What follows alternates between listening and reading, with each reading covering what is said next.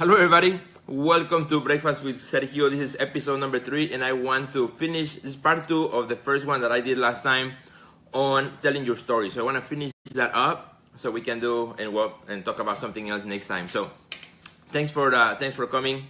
I'm super excited that you've been watching these videos.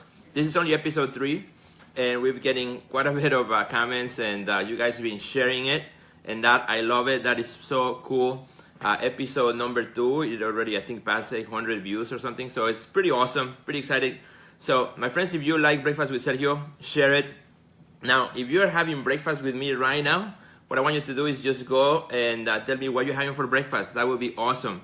I'm starting to get some breakfast buddies friends who are having breakfast at the same time. I usually have breakfast around now between 8 a.m. Chicago time or so, and then I head out the door and do what I have to do. So I see some of you guys also joining in to this live video. Pretty cool. And tell me what you're having for breakfast. So what I have for breakfast today, what I do, my typical breakfast routine is I open the fridge and I have no plan, no recipe, just see what I can find and come up with something. So today, I already started eating. Sorry, I was too hungry. I couldn't wait for you guys. But what I made today is I took a tortilla, chopped it into little squares, fried it in a pan with olive oil and cilantro, onions, and well, I forgot the onions, no onions today. Tomato and cilantro, so chopped, fried it really nicely, then added egg whites to it after it was nice and fried and kind of crunchy, and then put salsa and then sprinkle with cheese at the end. Super good, delicious. And that's what I'm having for breakfast today, and a toast that my daughter made for me. So, what are you having for breakfast? Let me know. That would be awesome. Love to hear what are you having for breakfast. But anyway, today I want to talk about what I started talking about last week, which was on telling your story, the importance of telling your story. I started my story, and I left you hanging, so I want to finish my story really quickly so I can then go back to finish my breakfast. So what happened is, in my story, as I was talking about this, last time, I got to a point in my career very early on when I hit a wall. I was working 9 to 5, and I was draining all my energy, and I was just depleted. I hated every work of art that I made at that point, and it was just a bad period on time. We had just gotten married also, so it was early in our marriage, and I was just a lot of time of transition and so on. So I kept making work. That's the main thing when you go through those valleys of as an artist where things are not working out, you just gotta keep making work, and that's what I did. I started and I kept, hey, good morning everybody, good morning David. I started to make work, even if I didn't like the work, even if I hated all the work that I was doing at that time, I kept making it. So what happened is then my wife and I would sit down and we talk, say, well, something has to change, because sometimes we expect things to be better without having to change anything. And you cannot expect things to go better without changing something in your life. So, if whatever was happening wasn't working, it was time to change. So that's when, in my story, we decided it was time for me maybe to go back to school, to pursue my MFA, and to change jobs. That's what I did, change jobs. So I found another job that was not in downtown, where traffic would just be crazy and I just wouldn't get out on time, and that kind of worked out for me. Went back to school. I was working full time. We had our first baby, and it was really again a hard time. But at least in terms of my art, I kept making it and it started to evolve and in a positive way, and that kind of helped me out to keep moving as well. So. To fast forward in that story, after I finished that, something I always wanted to do was to open a gallery. So I called 3 friends, and this was 2004, the spring and summer. We sit down and we said, let's open up a co-op space, and we called it 33 Collective Gallery. Not because there were 33 of us, there was only 4 of us, but we were 33 years old. So we figured, well, it's a kind of a common similarity between all of us. So we called it 33 Collective Gallery. We started putting shows. And well, before that, we were looking for a space. Where if you're gonna put a gallery, you need to have an actual brick and mortar space where you can open up your gallery. And we were looking around the city, And I called a friend of mine, Ruth Sergio, who very great friend of mine, and I asked Ruth, I'm looking for a space in Chicago to open up my gallery. And that's when she said, Sergio, the Joe brothers, who, for those of you who might not know, the Joe brothers are two Chinese artists who moved to Chicago back in the 80s and became internationally known, world-renowned artists. So they purchased this 80,000 square foot building, massive building, 4 floors, former it was a Spiegel warehouse, former warehouse, and they wanted to convert it into an art center, into an art community, and it just happened that that's when I was looking for space, and my friend Ruth said, why don't you go check it out, see if they have space. So I went, I called them up, he gave me the number. I was scared, it was like, I was still outside of the art world. It was my first introduction to the art world. And I walked in, and they showed me the space, and it was amazing. It was just black. It was just nothing but an empty building. It was just a shell, empty building with big columns, 80,000 square foot of space. And the Joe brothers tell me what their vision was for that space. And I believed it from day one. And so I signed up. I said, I want to start my own thing here as well. And that's how we started Third Fridays at Bridgeport, at the Joe Art Center in Bridgeport.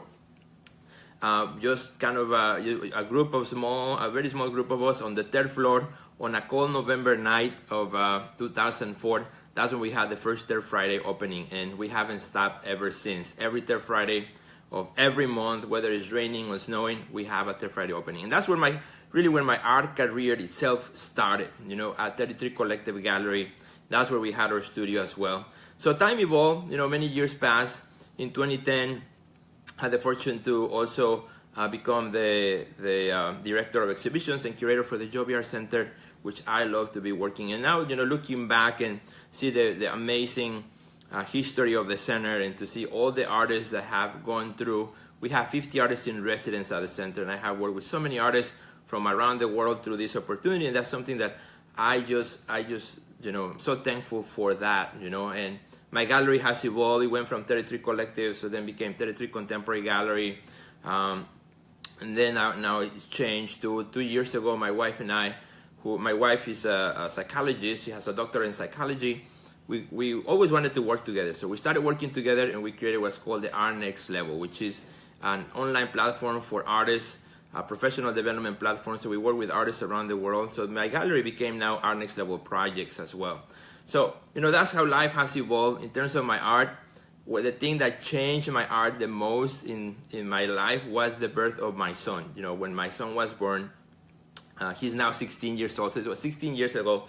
It really changed my life, the way I see life, the way I understand life. And I devoted my art, my own work, to record the cycle of life. I said I wanted my art to be an investigation, a way for me to understand the cycles of life from birth to death. So since day one, I've been recording the growth of my kids. Then I have a daughter who's now 12 years old, and I've been recording their growth, not as portraits, but rather just what it is like to go through life for all these years, and as life continues. So my art has become that investigation. That's what I'm interested about, through my work, understanding that cycle of life.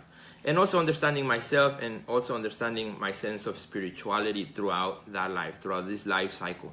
And that's what my story has been about. But it has been not as pretty as it sounds. There has been ups and downs. About 10 years ago, for example, I was really busy with the gallery. We were having shows left and right, and I was curating a lot and doing a lot of other projects, and I got really, really sick. I got a teaching opportunity, started teaching, and I got really, really sick. I started getting vertigo episodes. So for a whole year, it was just vertigo episodes on and off. Sometimes in a week I would get 1 or 2 episodes, which would knock me down for 2-3 days. And this understanding the sense of balance for me was just really, really difficult. Understanding how, the inner ear controls our balance, and without that, we cannot do anything. I mean, with vertigo, everything's spinning around you, and you cannot even move. So sometimes for days. And that completely changed my life too, because throughout that whole year, I could hardly make any art. I could hardly do work. I mean, it was really, really difficult time.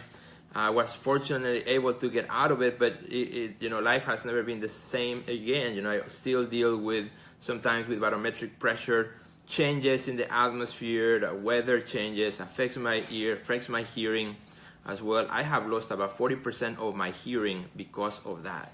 And I've gone through a lot of doctors, a lot of studies, and it's just been crazy. And I see some of you guys sending me messages. Yeah, some of you know what vertigo means and how it feels.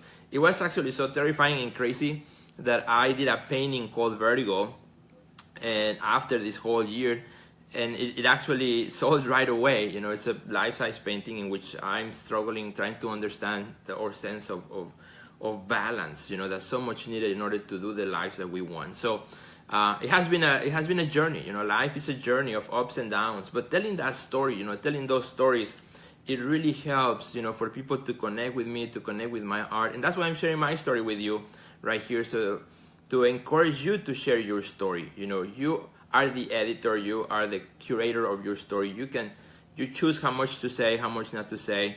There are things that maybe too personal for you, you don't want to share, and that's with strangers especially, and that is fine. You pick and choose. For me, it's this cycle of life that I'm super interested, the ups and downs that we have as people, and I tell my story whenever I can, and the faith that has kept me going throughout the years, in good times and in bad times.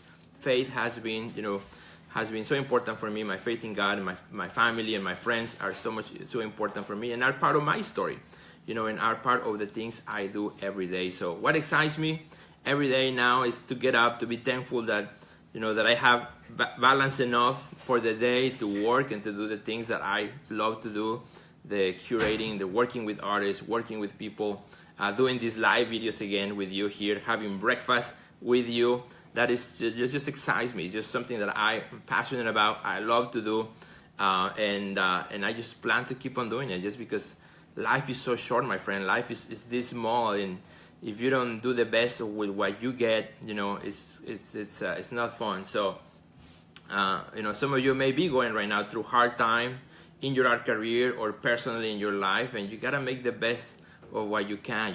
Somebody said, when life gives you lemons, what is it? When life, something, right? So I would say, when life gives you lemons, make art, In hard times, just make art. That's the best thing you can do. Use the art to keep you excited about, the things that you have to offer to this world. And my friends, thank you for watching. I'm going to go back to my awesome breakfast because I think it's getting cold, and I don't want it to get too cold. So I'll see you next time in Breakfast with Sergio. It's going to be an exciting week, going to Mexico, hopefully in a couple of days. So hopefully I'll do an episode from there as well. And my friends in Mexico City, I hope to see you there. On Saturday, we have an event. So you can see it on my Facebook page. Pretty awesome. And then on Thursday at Cuernavaca, the opening of my solo show at the Museum of the City of Cuernavaca. I hope to see some of my friends from Mexico there. Love to see you there. And thanks again for watching. If you like this episode, you share it with your friends. Follow me on Instagram at Sergio Gomez Projects. And of course, don't forget to tell your story. That's something really, really cool that you can do, because we all connect to stories. We are all human beings. And at the end of the day, it's the stories that connect us. It's not the things that we have. It's the stories that connect us, the stories of our ancestors, the stories of today. Those are very important stories, and we have to tell our stories so that they continue on and they can continue inspiring people left and right. Thanks for watching, and we'll see you next time. Bye.